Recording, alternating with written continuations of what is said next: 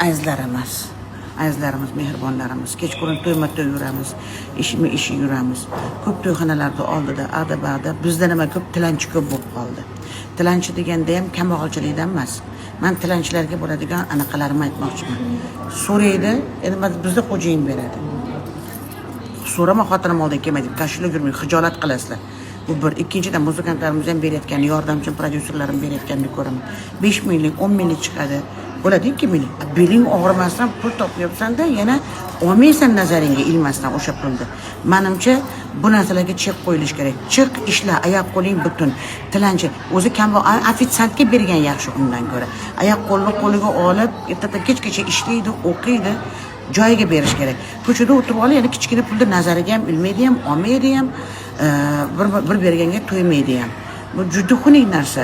Ishlaganga ish ham bor, ishlaganga pul non yeyishini ko'r degan ekan. Nazarlaringga ilmaysizlar 5 minglik pulni, 2 minglik pulni. O'shaning uchun bergisi ham kelmaydi, odam boshqa ham qilgisi keladi. Nima o'ylaysizlar? Odam ishlab topganiga kiyinganini o'tirib olib, sanab o'tirib, o'shanga qarab qarich o'lchyapti. Har bitta odam 50 ming, 100 mingdan berib ketganda sizlar, oho, bizdan yaxshi topyapsizlar. Так что мои dорогие, yig'ishtirish kerak. Davlatimizdan qarash kerak bu tilamchilarga. Yig'ishtirish kerak. Ikki qat xotinlar olib kelib qo'yishyapti. Odam nima qilishini bilmaydi. Kichkina pulni olinmaydi bu narsalarga yana. Tilanchi bo'lib hamki, tilanchisan, lekin berganga ko'nmaysan. Omad, hammaga.